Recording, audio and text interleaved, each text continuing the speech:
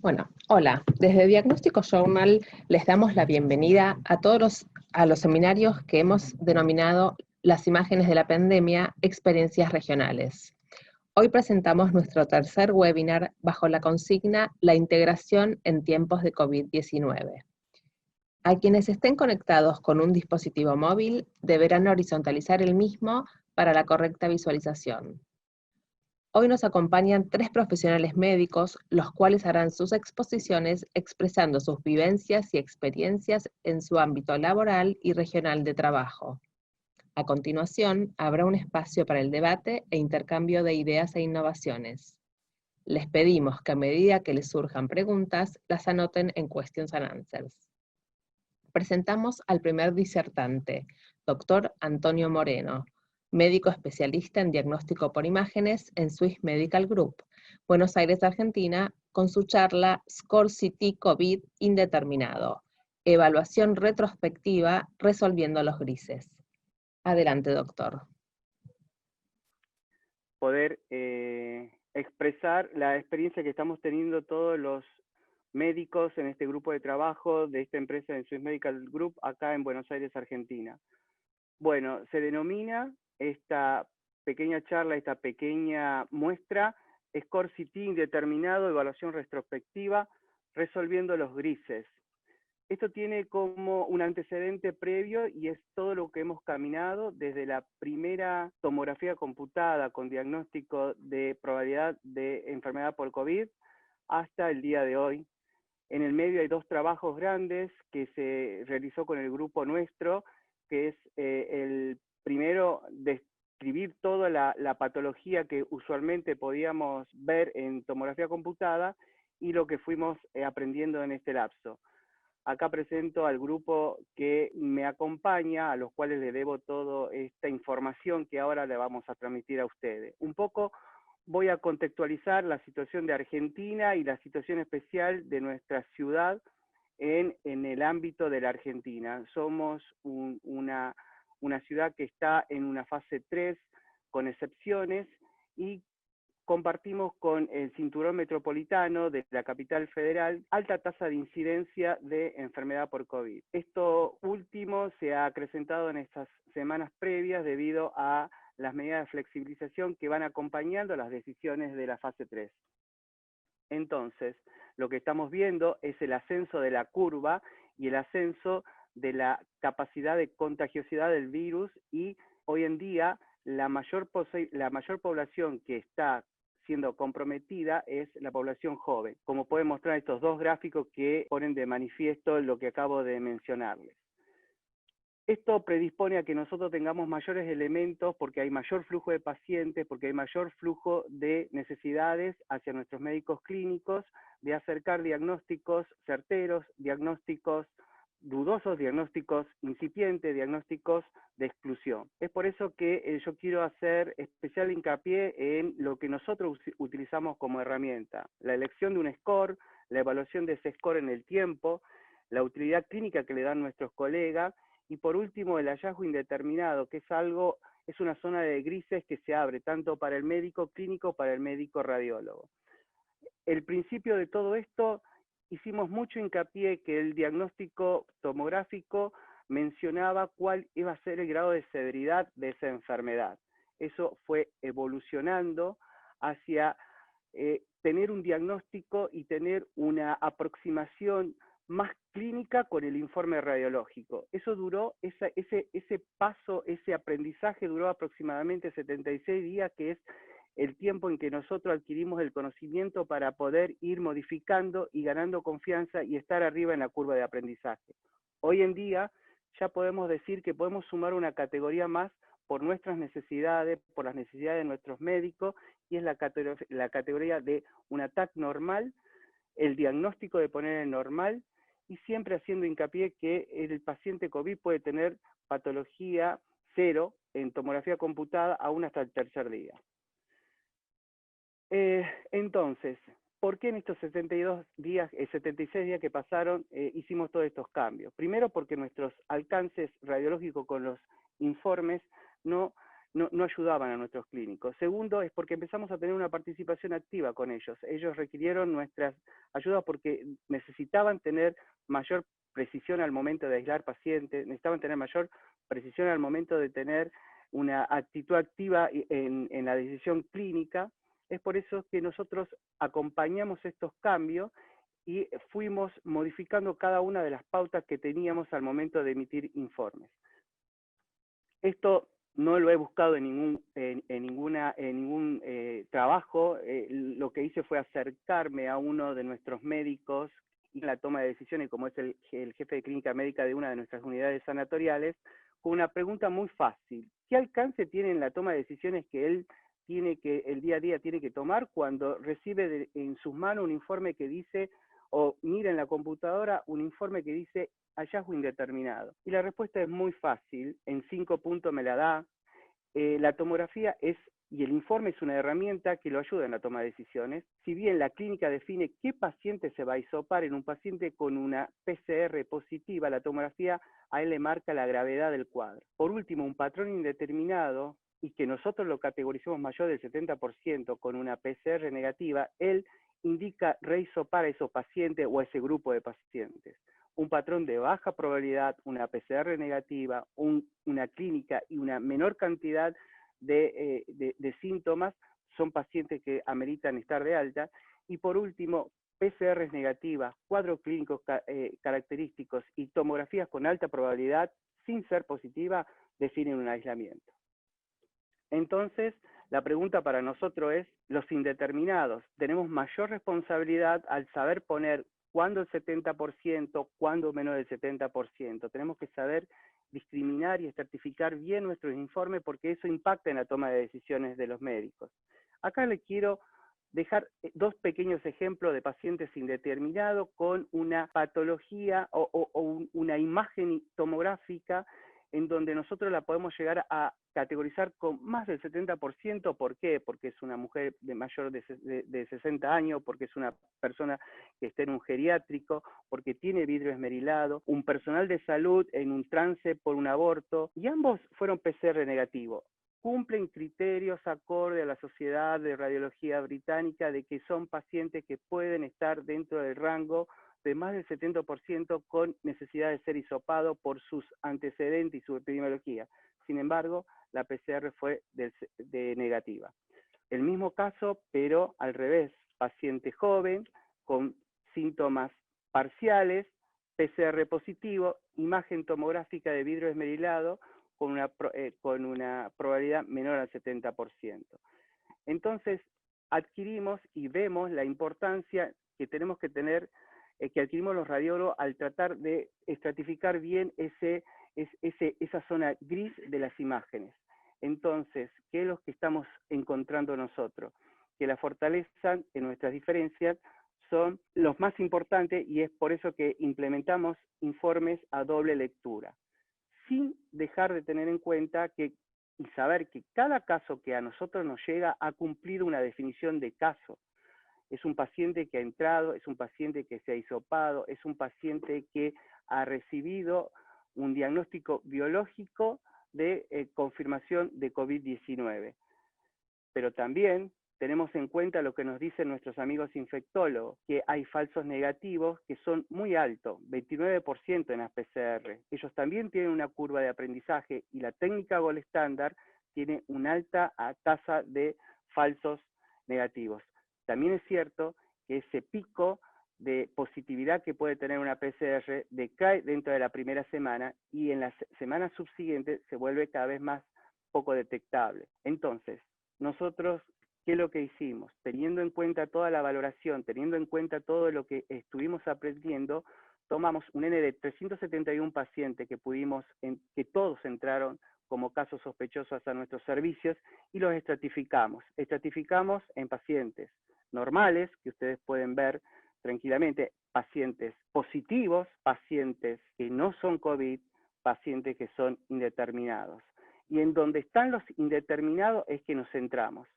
Y siempre pensamos, siempre tenemos en cuenta que los pacientes indeterminados, como los positivos, como los negativos, son sometidos al hisopado, a una técnica que se define como gold estándar a una técnica que tiene un 30% de falsos negativos.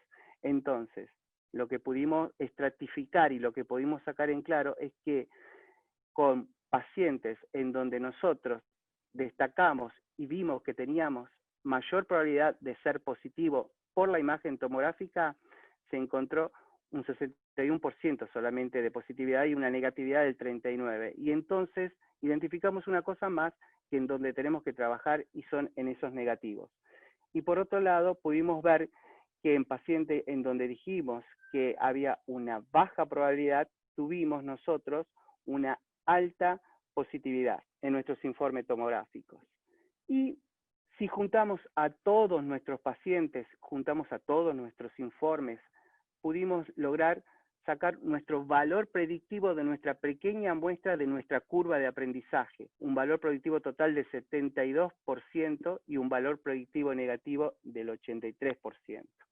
Nos estamos acercando mucho a las series que están descritas en la literatura con la poca población de pacientes que tenemos. Algunos ejemplos muy típicos que hemos logrado tener. Paciente de 71 años, fiebre, inmunosuprimido, con una conclusión de indeterminado, con una probabilidad por tomografía computada menor al 70%. 2 PCRs negativas, hisopado y no hisopado, la realidad para tratar de complementar y estar en función del antecedente del paciente. Varón de 44 años, síntomas de fiebre y síntomas de tos. Conclusión del informe, vidrio esmerilado, en parche, asimétrico, indeterminado, probabilidad mayor del 70%, negativo y positivo. Entonces, estamos jugando con una técnica gold estándar y eso no nos tenemos que olvidar que tiene sus falsos negativos. Otro ejemplo, indeterminado, probable 70-90 de probabilidad de estar dentro del grupo etario para pacientes positivos. El primero hisopado, negativo. El segundo hisopado por imágenes, positivo. Otro paciente más, clásico, este paciente es clásico, con síntomas con imágenes de halo invertido, con imágenes de vidrio esmerilado, de crazy pavement, test rápido, negativo. Es otra de las cosas que nosotros nos encontramos al principio de la pandemia con test rápidos que tenían alta incidencia de negatividad. Entonces, ¿qué es lo que nos está dejando, por último, estos 371 pacientes, estos días, esta curva de aprendizaje, esta muestra? ¿Qué nos está dejando a nosotros? Primero, que tenemos que trabajar sobre los que nosotros llamamos indeterminado de mayor probabilidad para modificar esa cifra del 39%. Segunda, que estamos trabajando con una técnica gold estándar que también es inefectiva, que también tiene su curva de aprendizaje. Sabemos que tiene que ser bien tomada la muestra, sabemos que tiene que ser una muestra que tiene que estar analizada en un periodo de tiempo, sabemos que tiene su mejor predictividad en un tiempo y baja la predictividad cuando más se aleja.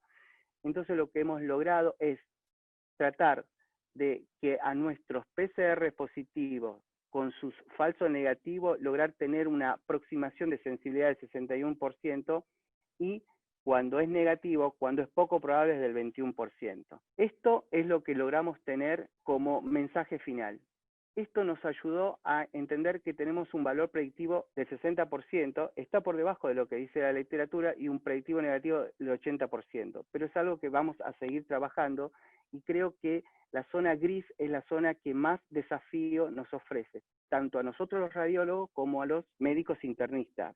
Y en especial a nosotros porque nosotros somos los que transmitimos valores para que se tomen conducta. ¿Cómo se resuelven los grises? Creemos solamente que se resuelve con trabajo en equipo. No hay tomografía, no hay la curva de aprendizaje, seguramente la vamos a tener cuando la pandemia ya haya una vacuna. Entonces, el hoy y el ahora para resolver estos grises es no tan solo de la tomografía computada, sino del trabajo mancomunado entre médicos internistas y médicos radiólogos. Gracias. Bueno, muchas gracias, doctor Moreno. Ahora presentamos a la doctora Mariana Flichman, gerente corporativo de riesgo y calidad médica de Swiss Medical Group, y directora del posgrado de Gestión de Riesgos en Salud y Seguridad del Paciente de la Universidad de El Salvador en Buenos Aires, con su charla Gestión de Riesgos y Seguridad del Paciente en tiempos de pandemia. Adelante, Mariana. Sí, buenas tardes. Les decía que agregué un pequeño escrito en la presentación para homenajear al doctor Miguel Duré, que falleció en el día de hoy por COVID y que ha sido un trabajador de la salud que luchó mucho en contra de esta enfermedad. Así que, bueno, todos los médicos, los especialistas en terapia intensiva que lo han conocido y los clínicos, yo soy internista, la verdad que queríamos hacerle un pequeño homenaje y bueno, aproveché la presentación para compartirlo con ustedes. Bueno, les cuento la hoja de ruta que vamos a transitar en estos 15 minutos. A mí en la pandemia me ha tocado como administradora de riesgo del Grupo Swiss Medical, que tiene 9 clínicas y muchos centros ambulatorios, o sea, tenemos un grupo realmente muy grande de pacientes, y también una aseguradora, una RT, una aseguradora de riesgos de trabajo, un financiador, que es Swiss Medical Medicina Prepaga, o sea que por un montón de lugares nos llegan los pacientes con COVID, y hubo que poner en marcha un plan de acción para poder dar una adecuada respuesta. Tuve que seleccionar qué cosas compartí con ustedes, me pareció interesante hablar de los riesgos para el equipo de salud, cómo me tocó a mí diseñar protocolos para proteger a mis compañeros, a nuestro equipo, y unas reflexiones finales. Bueno, primero para poder luchar contra la pandemia tenemos que conocer un poco de qué se trata, y la primera gran reflexión es que este es un partido largo. A nosotros, al equipo de salud, nos toca estar fundamentalmente en el ataque, en la lucha directa contra el virus. A otros, como por ejemplo a los directivos de empresas que tienen que cuidar la gente que vuelve a trabajar, a las medidas que se toman en la sociedad, les toca estar más en la defensa, pero en realidad nosotros como equipo de salud jugamos todo el partido y de los dos lados de la cancha. Entonces también uno fue aprendiendo con el correr de los días que además de toda la lucha que teníamos que librar contra el virus, también teníamos que ver de qué manera cuidábamos a nuestros equipos de salud para que no se vieran contagiados. La población de salud tiene obviamente muchísima más exposición y riesgo, y entonces también nos pusimos en la primera parte de la cancha, en la defensa, para cuidar a nuestro equipo de los contagios. Y entonces en la clasificación de riesgos podemos hablar de 3 grupos grandes de riesgos. Los riesgos que tenemos en general en la atención de la salud, los riesgos propios de la pandemia y los asociados a nuestros procesos de atención en función de la pandemia que estamos transitando. Con respecto a los riesgos siempre presentes, bueno, esta no es una charla de seguridad del paciente, pero sabemos hoy que al menos 10 de cada 100 pacientes que egresan de nuestras instituciones se llevan un daño generado por nosotros como equipo de salud. Se internan por un infarto y se caen de la cama y se fracturan, se van a hacer un estudio y hacen una reacción adversa por contraste, en una resonancia tienen algún evento en relación con lo magnético y con la falta de cuidado. Hace poquito tuvimos una quemadura y una amputación de un paciente porque entró derivado de la terapia intensiva de otro hospital. No fue en Buenos Aires, fue en una clínica a la que le hacemos la consultoría, con una quemadura muy importante en el dedo, y terminó con una amputación de varios dedos de la mano. Entonces, la realidad es que estos riesgos siguen presentes en la pandemia, pero con el agravante que todos nosotros como equipo de salud estamos tan concentrados en trabajar para el COVID, que los pacientes que no son COVID a veces pierden en calidad de cuidados. Entonces, estos serían los riesgos que nosotros tenemos que, como equipo de salud, estar atentos de no bajar la calidad de la atención del resto de los pacientes que siguen asistiendo a las instituciones, porque las mamás siguen teniendo bebés, las personas se infartan, se caen y se fracturan. O sea, tenemos un grupo de pacientes no COVID, pero estamos, como todos, demasiado abocados a la atención de la pandemia y corremos el riesgo de perder calidad en el resto de los cuidados. Otro riesgo es el riesgo relacionado con la dinámica de la pandemia. Todo va cambiando y terminamos de revisar un protocolo y ya apareció otro. Esto me pasó con todo lo que es protocolos de contacto estrecho en personal de salud. Antes de ayer publicamos un protocolo y ayer salió uno nuevo y tuvimos que volver a revisar todo. ¿Por qué? Porque estamos aprendiendo al andar. Entonces uno tiene que estar mirando los protocolos de cada jurisdicción. A mí me tocan varias provincias dentro de la Argentina, tenemos clínicas en Neuquén, en Salta, en la capital federal y en el Gran Buenos Aires, y de pronto el mismo paciente, si se interna en capital, se hisopa el día 14, si se interna en provincia, no se hisopa. El equipo de salud, en capital un hisopado el día 21, en provincia 2 hisopados sin fecha determinada.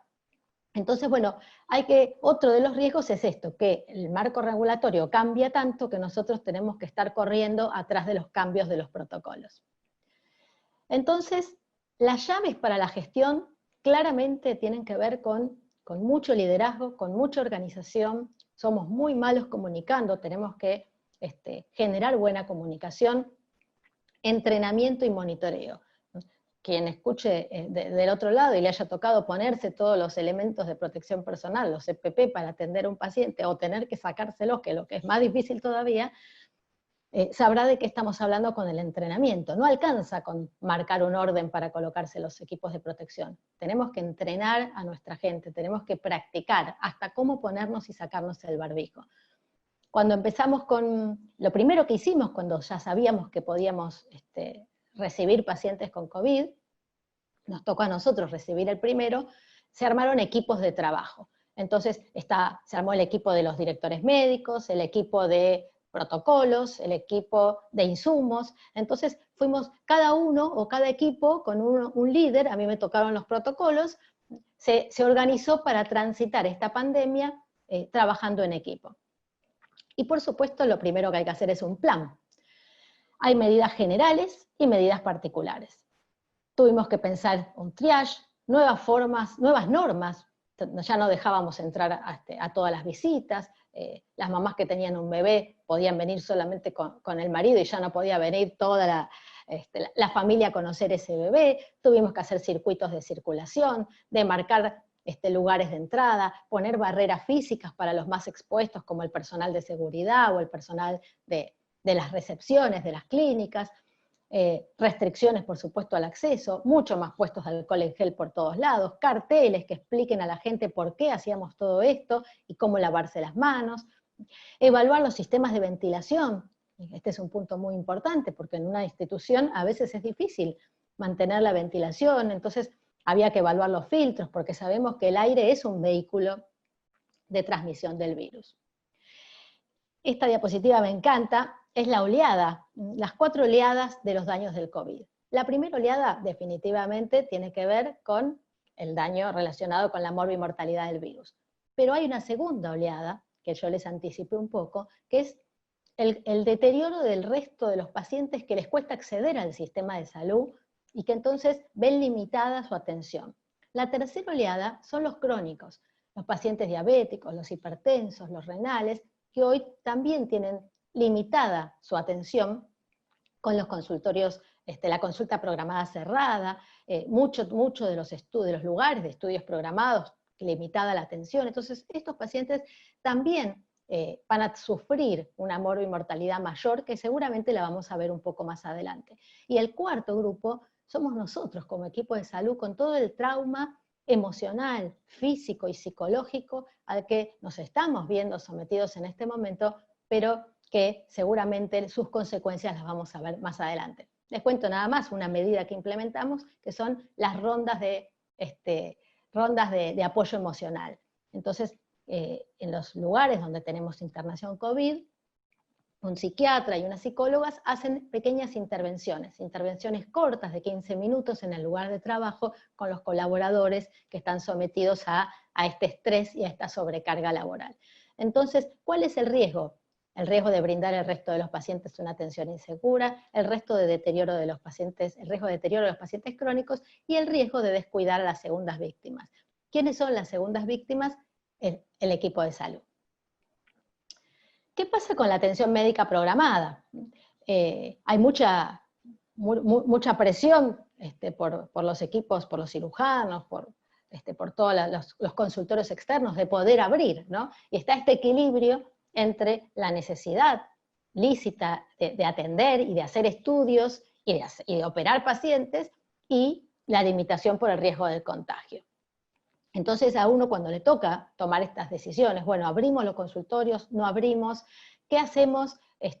Hacemos estudios programados, suspendemos todo, dejamos que venga cualquiera. Bueno, ¿qué es lo que tenemos que mirar? Lo que tenemos que mirar es hacer una clasificación. Nosotros armamos, por ejemplo, para la cirugía un comité evaluador, y entonces en función de la fase de la pandemia, porque obviamente no es lo mismo estar en fase 2, como muchas de nuestras provincias lo están, que estar en alta circulación comunitaria, como estamos en la capital federal. Entonces, en función de la fase de la pandemia y de cuáles son los estudios, nosotros tenemos que hacer una especie de estratificación y decir, bueno, a ver, estos estudios, en función del riesgo que implica demorarlos, estos los vamos a hacer, estos no.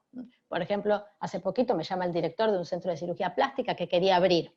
No, la verdad que la cirugía estética es la última que vamos a abrir.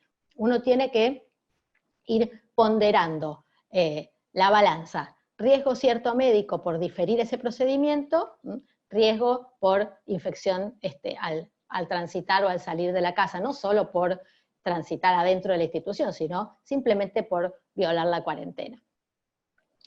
Incorporamos al consentimiento informado, muchos nos preguntaban, bueno, ¿hacemos un consentimiento distinto, un consentimiento que diga usted se puede enfermar si viene a la clínica? Y no, en realidad dijimos, bueno, no, al consentimiento habitual le vamos a agregar un texto que diga que fue informada esa persona sobre los riesgos de realizar el estudio o de realizar la cirugía en el contexto de la pandemia, pero que lo evaluaron con el médico y consideraron que valía la pena la intervención porque el riesgo de diferirlo era mayor. Y simplemente entonces con este texto agregado al consentimiento habitual de la práctica, ya sea de diagnóstico o quirúrgica o un procedimiento invasivo, queda, digamos, salvada la decisión evaluada de hacer el procedimiento en el contexto de una pandemia. Pero esto, por supuesto, tiene que ser hablado con el paciente. El otro gran tema es el recurso humano. Yo me quise centrar un poco aquí, ¿no? Y tiene 4 grandes trabajos la gestión de riesgos en el equipo de salud. Los protocolos de protección personal, los protocolos de contactos estrechos, cómo decidir. Nosotros armamos un equipo evaluador que ante un colaborador positivo, se enferma una enfermera, bueno, hacemos una evaluación de todos los contactos que tuvo para ver cómo los clasificamos. Ahora les voy a contar un poquito de esto.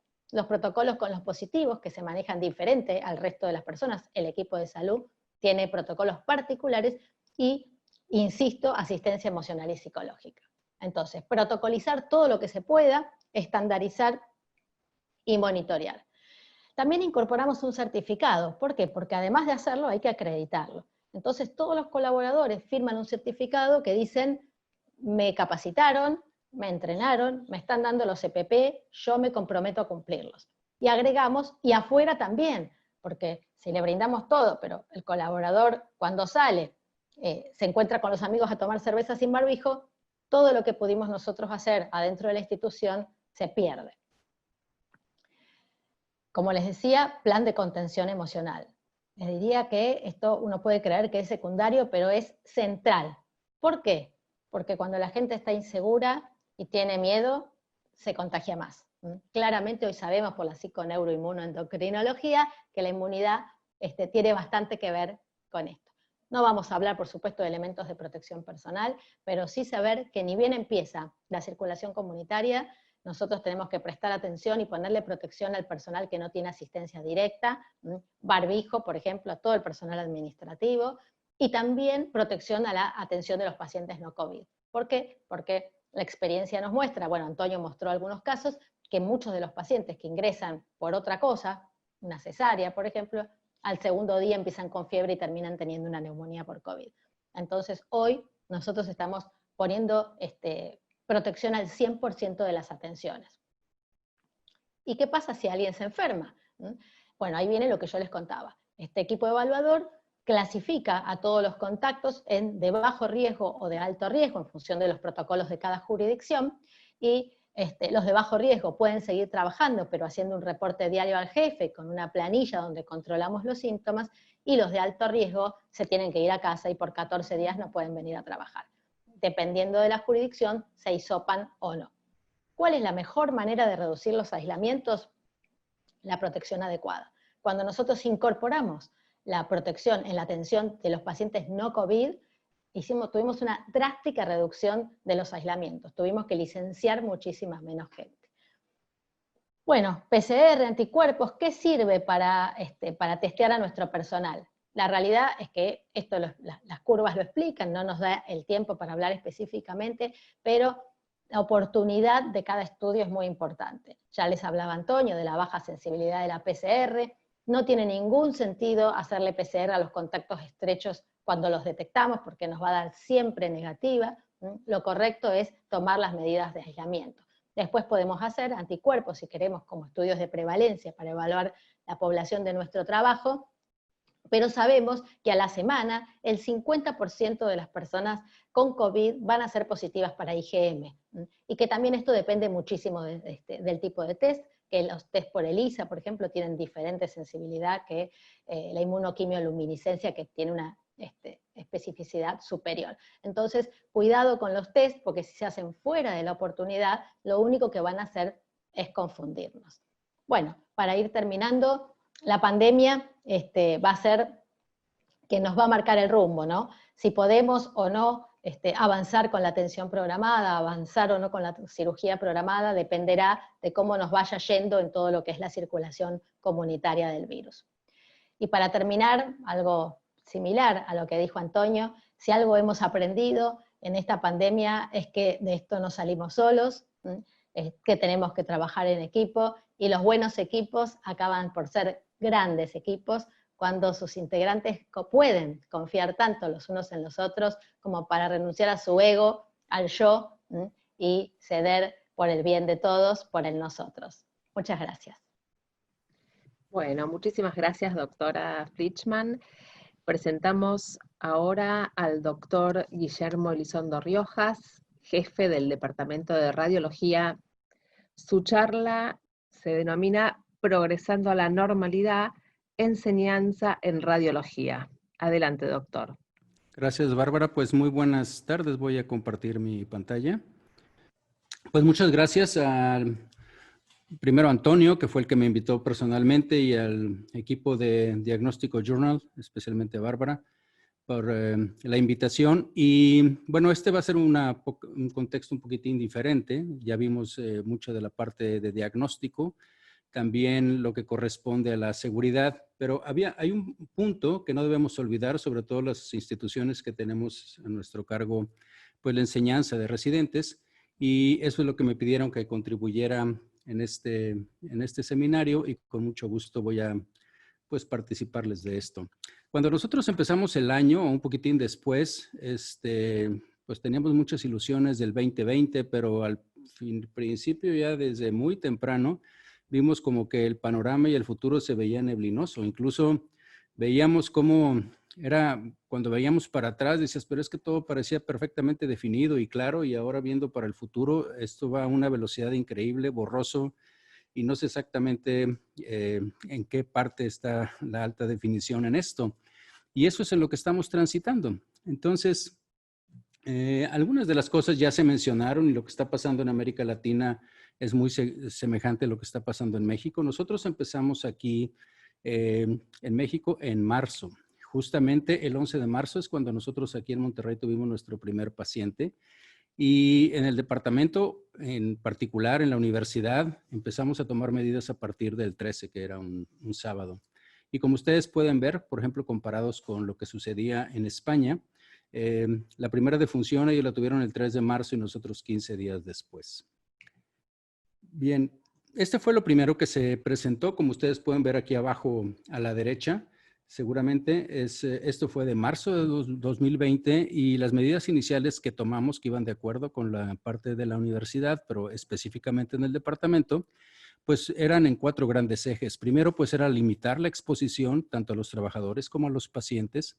Teníamos que seguir con la realización de estudios de imagen, y ahora teníamos que incorporar, como en todas partes, los pacientes que eran ya positivos para COVID o sospechosos. Acuérdense que en aquel momento era muy importante todavía, era un criterio incluso el hecho de si venían, de dónde venían. Ahora ya no, porque ya está el contagio transversal, comunitario.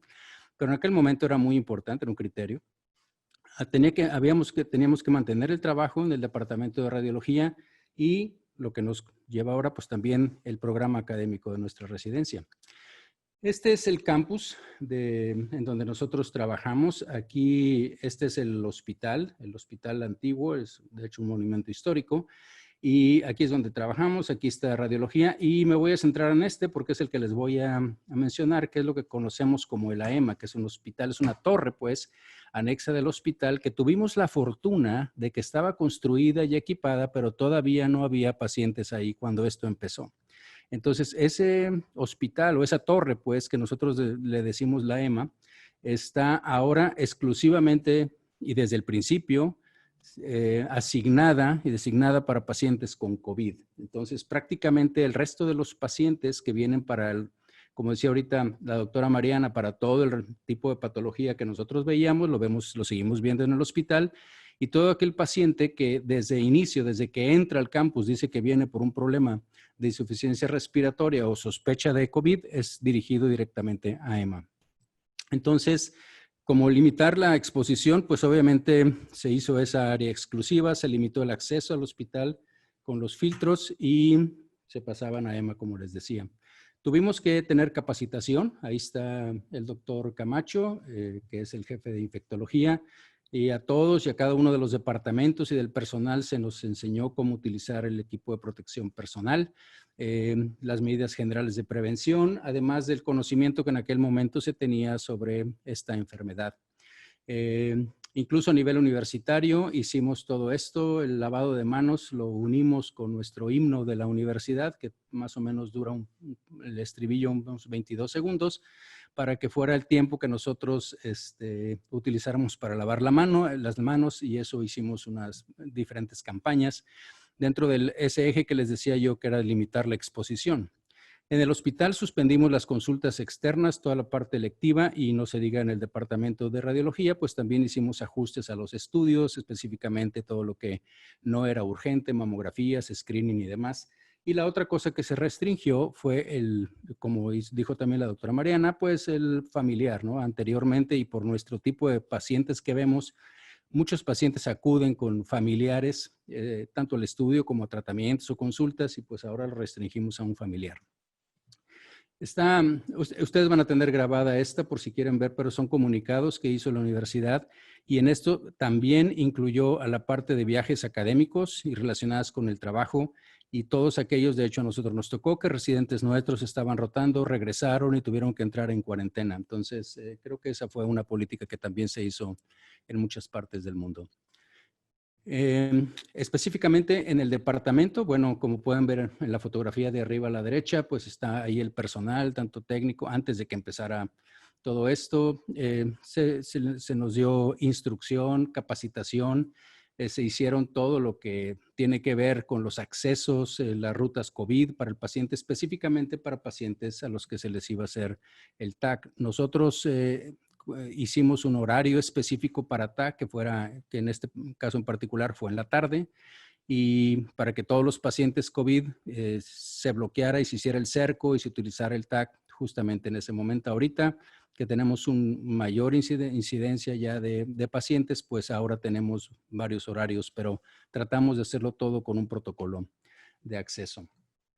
En el departamento de radiología, pues como ustedes pueden ver ahí por comunicado universitario, se extendió esta parte de la cuarentena hasta el 30 de mayo, pero después de ahí, o en todo este intervalo, pues desde marzo hasta mayo, pues cancelamos las sesiones interdepartamentales, pero identificamos también el personal de riesgo, el flujo de lo que hacíamos en interpretación. En interpretación, para nosotros, como seguramente en muchos departamentos de radiología, pues es un lugar sumamente ocupado en donde a veces hay 40 hasta 50 personas, entre los residentes, profesores, los fellows, los clínicos que vienen a hacer preguntas por estudios, etcétera, pues todo eso lo tuvimos que restringir.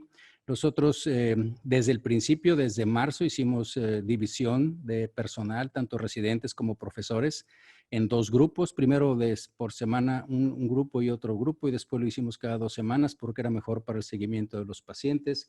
Se dio capacitación, obviamente, y el equipo de protección.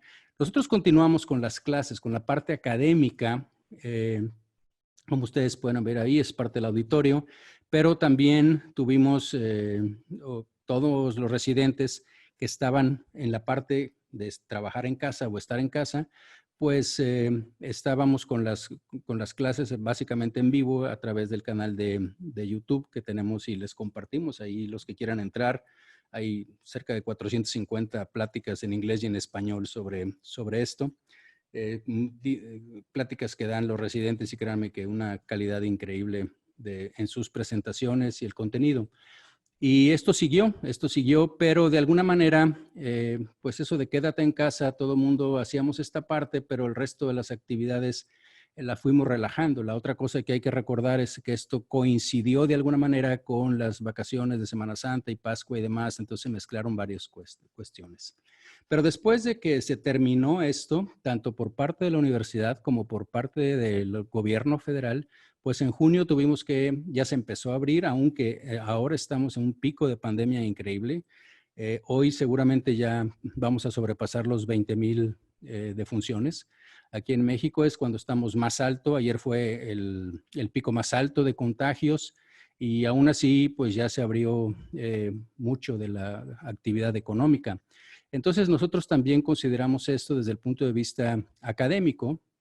¿Y qué fue lo que hicimos? Bueno, como ven ahí, pues este edificio es el que les digo, y se hicieron, este es el de AEMA, varios pisos, y los pisos ahí están muy bien separados, incluso con filtros de aire y todo lo demás para el acceso de pacientes, y esa es básicamente la torre COVID. Se limitaron más los accesos y ahora implementamos también con la cuestión tecnológica, pues lo que son los informes a familiares se hacen a través virtual. Como ven ahí abajo, están los residentes hablando con los familiares y en ocasiones, si el familiar también está internado a través de iPads o de iPhone, pueden ver a sus familiares y recibir. No me refiero nada más a pacientes COVID, sino a todos los pacientes del hospital.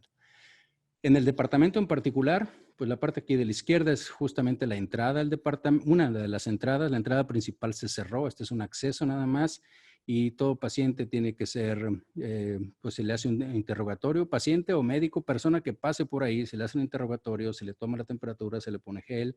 Las salas de espera, pues obviamente tienen la sana distancia que ya sabemos. Los residentes tienen su protección, todo especial, dependiendo también si están en área de intervención, área de ultrasonido, todas las áreas, pues básicamente es de la misma parte de protección que nosotros tenemos que tener. Y seguimos con el trabajo, o sea, tenemos una relación muy estrecha con el equipo COVID, en donde siempre que va a haber un paciente estamos perfectamente enterados. Como les digo, se hace el cerco y el personal está ampliamente capacitado para atender este tipo de pacientes. Seguimos con los procedimientos de intervención que están en la tomografía computada, como este paciente de la semana pasada, que como alcanzan a ver ahí tiene un absceso renal. Se siguió con pacientes COVID que además tienen otras patologías. Bien, como les decía, la parte de interpretación es un área muy ocupada, entonces desde muy temprano, desde marzo, hicimos que las interconsultas fueran a través de teléfono, a través de WhatsApp y ya últimamente a través de videoconferencias por Microsoft Teams. Y eso ya se implementó. La única manera de entrar ahí es con huella y los únicos que tienen huella son los residentes y profesores del departamento. Esta es una sección del área de interpretación en donde se están trabajando las estaciones. Ahí están viendo al fondo la estación de tórax y abdomen, la estación de neuro a su derecha. Esta es otra vista del área de interpretación. La puerta que está a la izquierda que ustedes ven en la imagen de arriba ya está cerrada. Solo hay acceso por una a través de huella. Y pusimos filtros. Este es un filtro, no lo voy a promocionar ni mucho menos, pero es un filtro que Aparentemente es el que utilizan en la NASA y en la Estación Espacial para filtrar aire a través de peróxido de hidrógeno, y es el que tenemos aquí. En urgencias teníamos nosotros una oficina, porque urgencias nosotros como radiología estamos en un edificio separado al de urgencias. En urgencias, que está en el hospital viejo, vamos a decir así, que les comentaba, tenemos una oficina donde normalmente, pues ahí se discutía justo al lado de urgencias, las tomografías, la radiografía, los ultrasonidos y demás. Pues ahora todo eso se hace con los residentes ahí, pero a través virtual. La programación de estudios se hace a través del sistema que nosotros tenemos en el hospital, y ahora con el trabajo de nuestros residentes, ingenieros en tecnología y los profesores, pues ahora se conjuntó esto con Planner, y básicamente puede saber cada uno de los residentes qué es lo que tiene, se interpreta, los médicos pueden ver el resultado, pueden ver las imágenes, puede estar también la solicitud de los estudios. En fin, todo eso recibe cada uno de nosotros y sabe lo que tiene que hacer y cómo tiene que reportarlo. En cuanto al programa académico en la residencia de radiología, bueno, pues obviamente se hizo esta parte de la cuarentena. Nosotros continuamos con los 2 grupos, ahora cada 2 semanas, como les decía. Y entonces lo que tuvimos que hacer, porque al principio, pues les dije, los mandamos la mitad a su casa, las otras se quedaban aquí. Teníamos ciertas actividades académicas, la clase de la mañana y demás, pero después había algo bastante relajado. Entonces ahora hicimos un plan estructurado vamos a decir, bueno, si esto va a durar mucho, ¿por qué es lo que va a suceder? ¿Qué es lo que vamos a hacer para la enseñanza? Entonces lo que hicimos fue la extensión de las estaciones de trabajo, y ahora hay residentes tanto en la estación presencial como en casa. Y todo esto lo podemos hacer gracias a la tecnología. Nosotros en particular estamos utilizando Microsoft Teams porque es el que tiene la universidad. Debe haber evidentemente otros. Y estos son imágenes compartidas del sitio de trabajo de uno de mis residentes, de una de mis profesoras. Y así tienen y están trabajando desde casa. Interpretando estudios, están conectados. Tú a través de este sistema le puedes pasar el control al residente. El residente señala lo que él está describiendo. Tú puedes tomar el control nuevamente. En fin, puedes irlo siguiendo. Estas son en Teams las estaciones virtuales en cada una de las especialidades que tenemos, incluyendo la parte de investigación que hacemos, y así es como podemos verlo, ¿no? O sea, como el profesor puede ver el informe, y todas las estaciones estamos trabajando así. Las sesiones virtuales que les digo es a través de esto.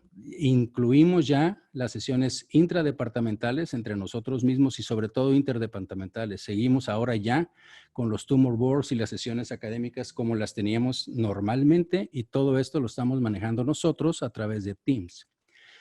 Es algo que gracias a la petición y sugerencia de nuestros propios residentes y profesores se hizo, que es un programa estructurado y que es de autoevaluación. Así que cada residente que está en casa, por eso está separado por 2 semanas, tiene que llenar, vamos a decir así, cumplir con todas las actividades que podría tener en un día.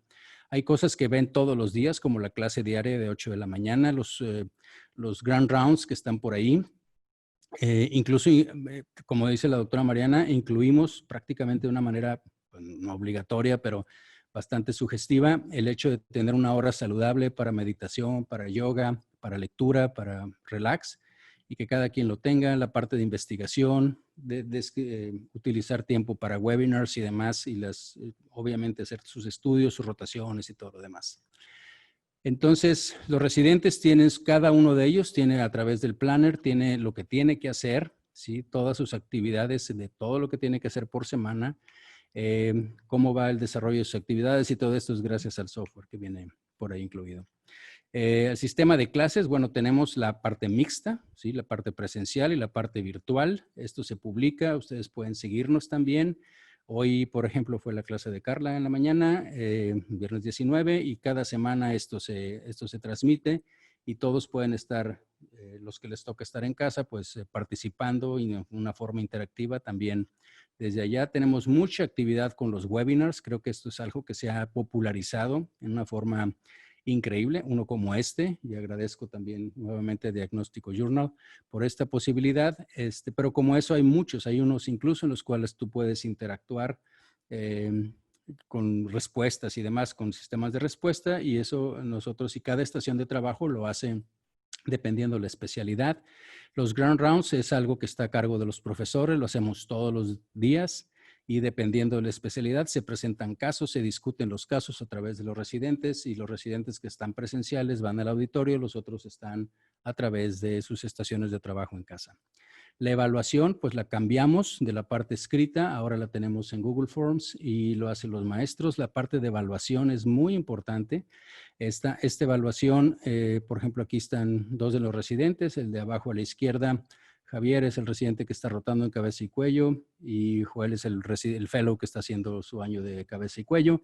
Y ellos son evaluados y se hace un feedback, una retroalimentación después de cada una de las evaluaciones. Se califica y ellos son informados de cómo salieron. Seguimos participando en colaboración, en webinars como en estos. Tenemos una mayor uso y actividad de las redes sociales. Se las voy a dejar al final para si quieren comunicarse con nosotros. Seguimos publicitando nuestros artículos, casos que se van todas las semanas, varias veces. Y algo que consideramos muy importante y que hemos visto un impacto también como comunidad radiológica es que estamos participando en lo que es educación a la población con cosas que no necesariamente son radiológicas, pero la gente que nos sigue ve cómo se usa el cubrebocas, cómo hoy, por ejemplo, se publicó cómo ir al supermercado o cómo subir a los camiones, en fin, son cosas que tenemos que hacer hacia la comunidad. Para concluir, pues bueno, la enseñanza de los residentes sí se puede y debe continuar durante la pandemia. Claro, esto es evidentemente, y lo agradezco profundamente con todo el input, sugerencias que son de los mismos residentes y de los profesores todos del departamento. Es posible la adquisición y también la evaluación de las competencias que ellos deben de obtener. Y creo que aquí hay una gran área de oportunidad porque la participación del radiólogo es fundamental en el cuidado del paciente. Ya lo decía Toño y creo que muchos webinars hemos visto como en este caso en particular del COVID, la radiología es muy importante, pero obviamente esto es en general. Yo soy un promotor de lo que es el radiólogo visible y creo que en estos momentos en donde estamos en una situación que parecería más cómodo no aparecer, creo que es el momento ideal para que nosotros, utilizando todo lo que viene en el último punto, ¿no? la tecnología, demos esas interconsultas, sigamos con las sesiones interdepartamentales, las consultas con los pacientes. Nosotros tenemos por muchas razones mucho conocimiento tecnológico, utilizamos esto para muchas cosas, entonces creo que es un gran reto lo que estamos pasando, pero para mí también es una gran área de oportunidad como especialidad para mostrarnos y para ver que nosotros manejamos la tecnología de la información, la teleradiología, incluirnos más en la telemedicina y en esta interacción virtual. Básicamente ahí están nuestros contactos del departamento y agradezco mucho la invitación nuevamente. Bueno, doctor Elizondo Riojas, muchísimas gracias por su presentación. Ahora llegamos al momento del debate, donde los panelistas responderán a las preguntas moderados por el doctor Gustavo Criscuolo. Adelante, Gustavo.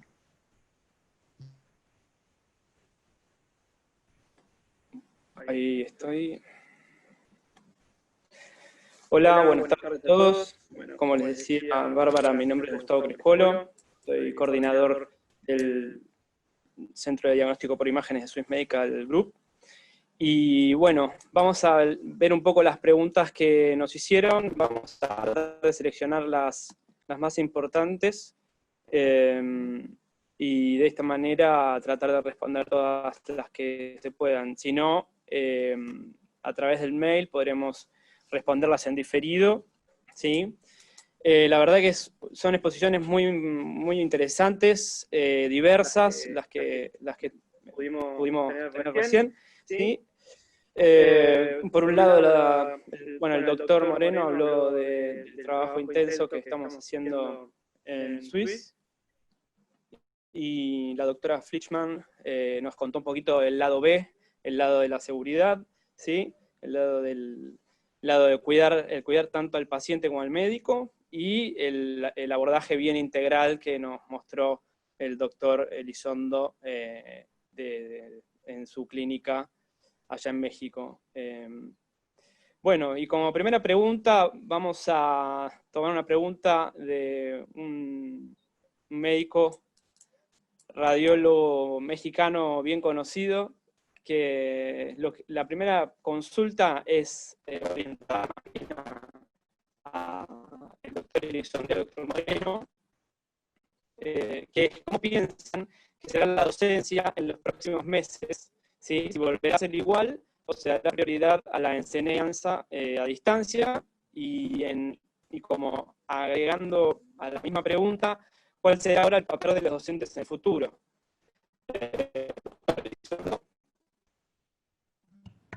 Bien, la verdad es que se escuchaba muy interrumpido, no sé si fui yo nada más, pero ¿sí se escucha? Yo lo ¿Gustavo? escucho bien. Ah, perfecto. Bien, pues creo que es una pregunta que es muy, muy interesante. La estamos viendo también, no nada más en radiología, la estamos viendo a nivel de la enseñanza en la Facultad de Medicina. ¿Cuál es el papel de esto?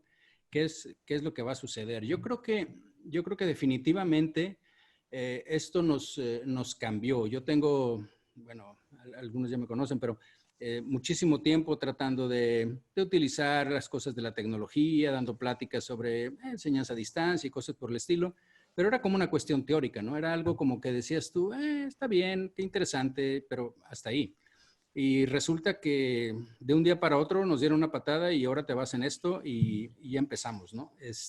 Y como el teléfono celular y como el WhatsApp y como todo esto, creo que una vez que lo adoptamos, va a ser un poco difícil regresar. Entonces, lo que tenemos que hacer es entender que creo que esta parte se va a quedar.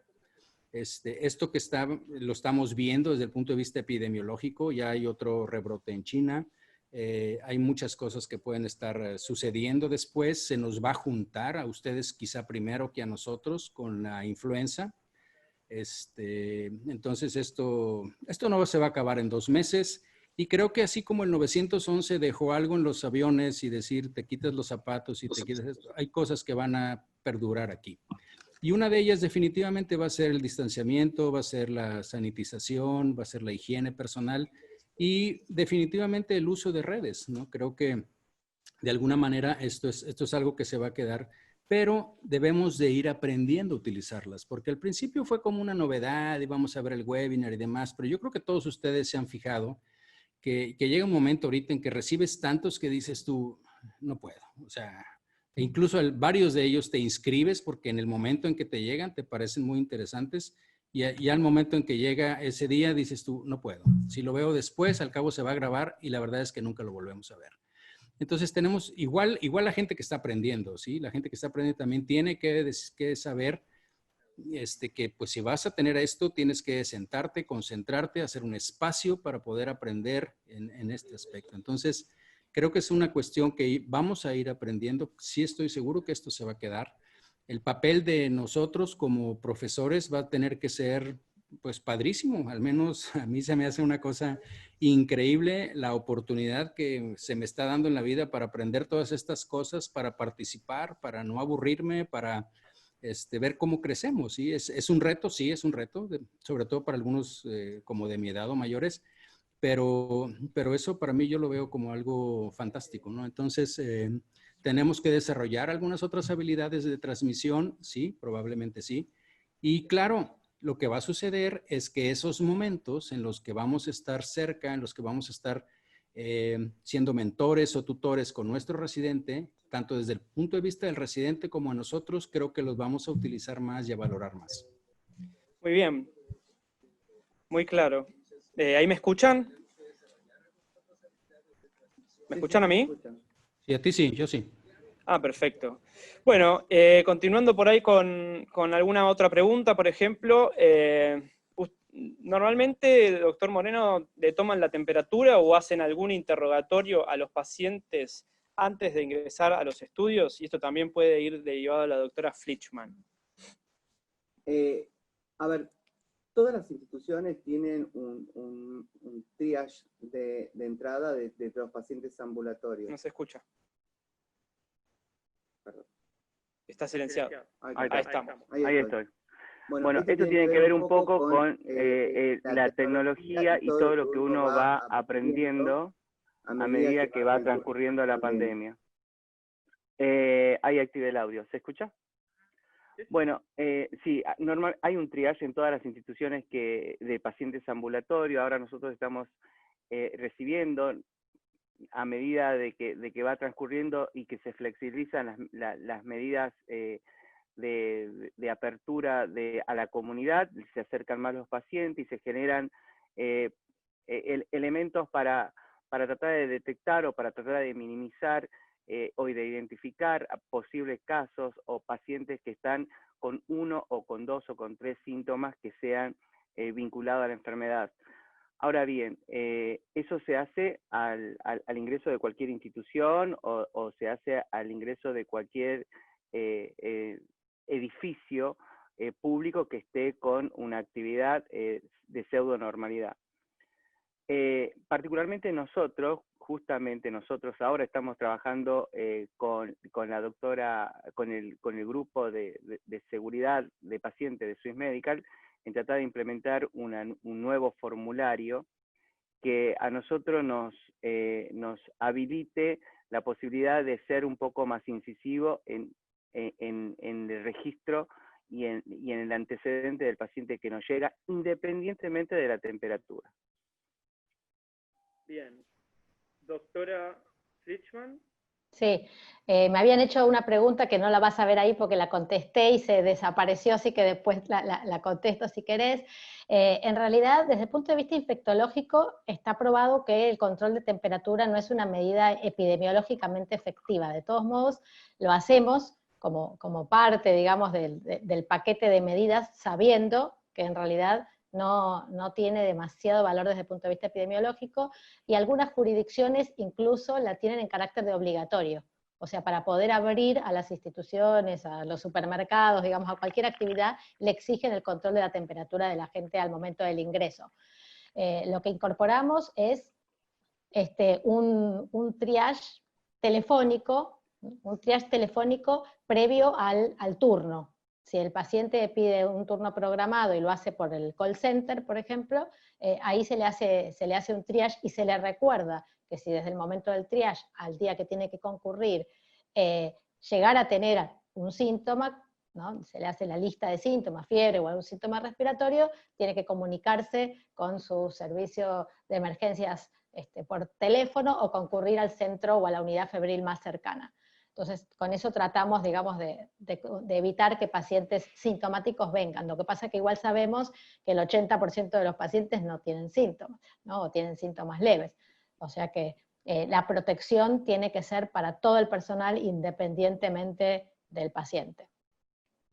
Y la pregunta, te digo la pregunta que se borró, me habían consultado con respecto a si teníamos previsto, cuando teníamos que licenciar o aislar a un grupo grande de colaboradores, si podían venir de otras unidades o de otros sectores digamos, a reemplazar al equipo aislado. Por suerte no hemos vivido esa situación, pero lo que sí tenemos pensado es refuerzo, incluso con profesionales de otras provincias, ¿no? Que hoy tenemos de pronto trabajando menos por la menor demanda, y en el caso de tener más necesidad en Buenos Aires, que puedan venir como refuerzo a prestar servicios a otra de nuestras unidades. Lo que hay que tratar es de evitar tener que licenciar a mucha gente. ¿Cómo se hace esto? De vuelta, barbijo, distanciamiento y lavado de manos. Bien, perfecto, muchas gracias, doctora. Acá, otra de las consultas, esto más para la parte más a nivel de asistencia, vendría a ser, en algunos de los centros, ¿están utilizando algún algoritmo de inteligencia artificial en paralelo o planean utilizar a corto plazo? Doctor Elizondo, doctor Moreno. Sí, muchas gracias. Bueno, sí, nosotros en el departamento estamos desarrollando, de hecho ya lo tenemos, un software propio de algoritmo de inteligencia artificial para diagnóstico de pacientes con COVID. Eso fíjate que lo empezamos también con residentes y profesores, el doctor Negreros, el doctor Eduardo Rangel, desde yo creo que febrero a principios de marzo, cuando esto empezó, sobre todo en Estados Unidos, porque yo creo que ustedes se recuerdan, Antonio seguro se recuerda, que en aquel momento yo me acuerdo que estaba viendo un programa de CNN por la mañana y uno de los doctores ahí en Nueva York dijo, yo puedo diferenciar perfectamente, tenía una pantalla y qué paciente tiene COVID y qué paciente no tiene COVID en un TAC. Puedo decirles exactamente lo que tiene. Entonces me acuerdo que esa vez estábamos en el comedor y dijimos, bueno, ¿y cómo es posible que si sabemos de qué se trata esto, las manifestaciones que tiene la enfermedad en el pulmón y cómo se manifiestan y demás, cómo es posible que esto sea tan específico? Y bueno, empezamos a ver esto y lanzamos un algoritmo con la ayuda de los estudiantes y nuestro equipo ahí de Information Technology, de 3D que tenemos ahí en el departamento. Y básicamente lo hicimos para radiografías simples, porque lo que pensamos es que en un momento determinado, si esto se venía como estaba pasando en China, lo que queríamos era que no todos iban a tener TACs y queríamos ver si pudiéramos encontrar un patrón específico, ¿sí?, que pudiéramos detectar en las radiografías. Nosotros habíamos participado ya en este programa del RSNA, no sé si se acuerdan de las neumonías, entonces teníamos muchos casos que habíamos ya acumulado en neumonías diferentes y lo habíamos metido al algoritmo.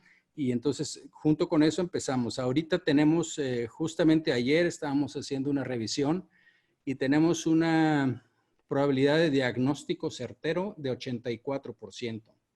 Entonces, sí estamos trabajando con eso, estamos en esto. Creo que ya las cosas ya cambiaron, ya sabemos que los patrones no son específicos, estamos entendiendo que hay un patrón más o menos de la enfermedad, sobre todo en tomografía, que empieza con el vidrio despulido, con las zonas periféricas y que esto va progresando. Sabemos cómo va aparentemente esto, ¿no? Y cómo cicatrizas y haces esas al final. Pero ya sabemos que no puedo decir, es que fue muy diferente, ¿no? No es lo mismo tener una prevalencia del 37% de COVID como tenían en Wuhan, donde no había PCRs en ese momento tan rápidas y tenían muchos TACs y edificios construyendo y una gran prevalencia de enfermedad, en donde el valor del TAC obviamente era mucho más alto que si tienes una prevalencia del 2%, una 3%, una cosa de ese tipo, ¿no? Entonces, bueno, pero sí estamos trabajando en eso, contestando la pregunta, y creo que en un momento determinado va a ser muy útil, sobre todo para tomografía. Antonio, silénciate. Nosotros no, particularmente no tenemos ningún programa de asistencia, de inteligencia que esté ayudando al médico radiólogo. La realidad es que hoy en día estamos en pura practicidad y estamos tratando de obtener la mayor información con todo un grupo de médicos que no son 100% médicos dedicados a la parte de tórax. Entonces, creo que estamos generándonos nosotros un background de conocimientos muy alto en esto. Supongo que de tener la oportunidad de tenerlo al programa, seguramente sí lo adquiriríamos porque entiendo que es de gran ayuda, entiendo que rápidamente se toman decisiones, entiendo que si bien el radiólogo no es que no va a estar, tiene el radiólogo ya una herramienta más como para dar una aproximación 100% al clínico, pero particularmente nosotros no estamos con eso. Y la realidad es que creo que sí es de gran ayuda. Hay en muchos lados que se está usando exclusivamente para el área de radiología, eso sí, porque se ha leído, y lo he leído en la literatura, que tienen un manejo y tienen una efectividad bastante importante. Muy bien, gracias, doctor. Existe ahora otra pregunta, un poco puntual, pero para la doctora Fleischmann particular, que es cuando una persona requiere ir al médico a consultar, ¿no? Sabemos que hay riesgos debido a la situación actual, entonces la consulta va. ¿El riesgo disminuye al ir a un consultorio pequeño, siguiendo el protocolo? Porque, bueno, aclara que ahí en Monterrey hay consultorios de diferentes tamaños. Sí, en realidad, más que por supuesto que si uno va a un lugar chico, va a haber menos pacientes circulando, pero la probabilidad no depende tanto de eso, sino de las condiciones de la sala de espera. Porque si la sala de espera es pequeña, pero hay 10 personas esperando es mucho más peligroso que una sala de espera con un correcto distanciamiento y con una persona en la entrada que invite al lavado de manos y que no pueda entrar nadie sin barbijo. Entonces, los protocolos son tan importantes que nosotros decidimos brindarle a las empresas, digamos, clientes de Swiss Medical, el servicio de capacitación a sus empleados. Y estamos dando charlas ahora de esto, de las medidas. ¿Por qué? Porque está demostrado que las 3 medidas más importantes, que son el barbijo, el lavado de manos y el distanciamiento, juntas pueden reducir hasta un 40% las infecciones. 40%, o sea, se podría infectar la mitad de la gente si nosotros cumpliéramos con estas medidas. Entonces, en realidad lo que uno tiene que mirar es, esto incluso uno se lo dice a la familia, mirá, si llevas tu hijo al médico y ves, o a vacunar, y ves que hay mucha gente en la sala de espera, anda afuera. Este es el mensaje. El lugar puede ser chiquito o puede ser grande, pero lo importante es que cumpla con las medidas de distanciamiento social.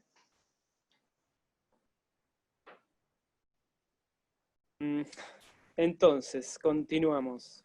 ¿Me escuchan? Perfecto. Sí. Bien. Para el doctor Elizondo, ¿qué opina usted de las diferentes tasas de mortalidad que están distribuidas a lo largo de toda Latinoamérica, ¿no? Bueno, en este caso no concordante, según dice acá, con la cantidad de casos que hay actualmente en México, que tiene menos casos que Chile, pero más mortalidad. Y qué espera, ya que hace un rato mencionaba acerca de que ustedes están cerca o por llegar al pico, ¿qué espera para los siguientes días? Bueno, no sé si, ojalá que supiera si estamos llegando al pico. Lo que te quiero decir es que esto va para arriba y todos los días va para arriba. Yo no sé cuándo va a llegar. Según las peores estadísticas que tenemos que salieron de allá del MIT, o sea, por matemáticamente nosotros vamos a tener algo así, en el peor escenario, como 135,000 defunciones y llevamos 20,000. Entonces, esto, si es cierto, esto falta mucho, ¿sí? La situación, obviamente, si tú ves la tasa de morbilidad, de mortalidad que nosotros tenemos, definitivamente es muy alta. Lo voy a cerrar básicamente como en el 12% comparada con un promedio de 6% a nivel mundial. Pero esto, acuérdate que la cuestión de lo que haces es el número de pacientes que tienes, contagiados contra las personas que mueren. Entonces, el problema es que nosotros sabemos que aquí en México, por disposición del federal, se decidió no probar, no testear, ¿sí? Nosotros somos el país que menos testea de todo el mundo. Entonces, bueno, de todo el mundo que se conoce, vamos a decir así, no puedo hablar de todo el mundo, pero de lo que se publica somos el que estamos a menos a la izquierda, ¿sí? 0.01 por 100,000 habitantes. Entonces, quiere decir que evidentemente tenemos más y va a ser muy específico o muy dependiente de a cuántos estás testeando y cuánto estás probando, y obviamente si nosotros hiciéramos un test mayor, pues evidentemente que vamos a encontrar. ¿Qué fue lo que pasó, por ejemplo, aquí en Nuevo León? En Nuevo León o en México. En México, para los casos que ustedes escuchan en las noticias, son casos que están aprobados por un instituto federal, ¿sí? En México, y que son los únicos casos que le manda la Secretaría de Salud de cada estado con un lag ahí, con un retraso, dependiendo de cada lugar, ¿sí? Hacia allá, y eso es lo que están publicando. Nosotros desde el principio, el secretario de Salud de aquí del estado, él dijo, nosotros no vamos a hacer eso, ¿sí? Nosotros vamos a reportar los casos que van allá, al instituto, pero todos los que se hagan también en instituciones privadas. Y eso es más del doble del que están publicando allá, ¿ok? Entonces, por ejemplo, yo te digo, ayer, esta semana, de la semana pasada, en el hospital universitario, con anticuerpos, se está probando a todo el personal. Ayer me tocó a mí, ¿ok? Bueno, a todo el departamento de radiología, pues, pero ayer no lo hicieron a nosotros. Entonces, para ver precisamente cómo andamos en la parte de exposición con el IgG ahorita en particular. Pero bien, eso no está pasando en todo México y tampoco está pasando en todos los países. Entonces, la verdad de las cosas es que yo creo que esto fue una combinación de situaciones, si me permites extenderme un par de minutos, pero fíjate cómo se dio esto. Yo les dije, esto empezó en marzo, ¿sí? Entonces, en marzo, si ustedes regresan la cinta, ¿sí? Nosotros nos dijeron por allá del 13, del 18, por ahí vamos a tener que entrar en receso académico y demás. Hombre, para los chavos, profesores, para todo el mundo, decir, pues es una semana antes de Semana Santa, nos dieron más vacaciones y perfecto. Porque tú mentalmente ya estabas de vacaciones y ya estábamos fuera y eso cayó bien, ¿sí? Y además había otro ingrediente, que en ese momento tú prendías la televisión y veías las noticias y lo único que veías eran los muertos que había en Italia, en España, en Nueva York, ¿sí? La cantidad de trailers y cosas así, y tú decías, pues yo me quedo aquí en casa.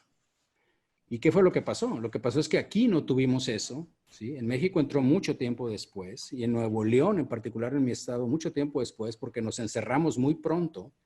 Y claro que para cuando terminó esto de Pascua y que los niños ya no hubo clases, y ahora qué hago con los niños, y ya no hubo, se siguió todo esto, pues claro que la gente empezó a desesperarse. Y claro que ahora prendes la televisión y la noticia ya no son los muertos ni en Italia, ni en España, es más, ni en Estados Unidos, con esto que pasó hace un par de semanas con la persona esta de raza negra, ¿no? Entonces, obviamente que la gente empezó a salir y ahorita estamos con una contaminación transversal. Nosotros ya lo vemos en el hospital, y eso ya no lo había dicho el doctor Camacho, el jefe de infectología. Espérense, el 1 de junio nos dijo, espérense para ver lo que va a pasar el día 15. Y es lo que estamos viendo, y vamos a ver más. Bien, bien. Y bueno, una de las últimas preguntas, me gustaría referirla a la doctora Flitzman, ya que están consultando cuál sería el valor para usted, o qué tiene registrado de valor del dosaje de anticuerpos, tanto IgM como IgG, y si en Swiss Medical se va a realizar ese estudio, ya tanto sea para los trabajadores como para los afiliados. Sí, complemento una cosa de la mortalidad. Tenemos que tener cuidado con medir la mortalidad en porcentaje, porque deberíamos además medirla por millón de habitantes o por 100.000 de habitantes, porque de esa manera podemos tener una comparación en cuanto a la población que tiene cada país. O sea, no solamente ver el valor sobre el número de casos, sino que la mortalidad tiene que ser también analizada en función de los habitantes. Entonces ahí ya deja de tener peso el tema de la cantidad de testeados, cuando uno lo hace por millón de habitantes y no por número de test totales, ¿sí? Porque ahí depende de la política de testeo y todo lo que dijo el doctor. Con respecto a los anticuerpos, nosotros en este momento tenemos dosaje de IgG y de IgM, preferimos esperar para hacer testeos a tener la IgG, esta que yo les comentaba, por el método de inmunoquimioluminiscencia, porque entendemos que es un método que da mucho mayor especificidad. Porque con menor especificidad, como puede ser el ELISA, el problema son los falsos positivos. Y después, ¿qué hace uno con la gente que es falsa positiva? No tiene síntomas, tiene PCR negativa, ¿no? Y entonces, en realidad, tenemos un dato que no sabemos qué hacer con él. Para evaluar población, lo que hay que usar son anticuerpos.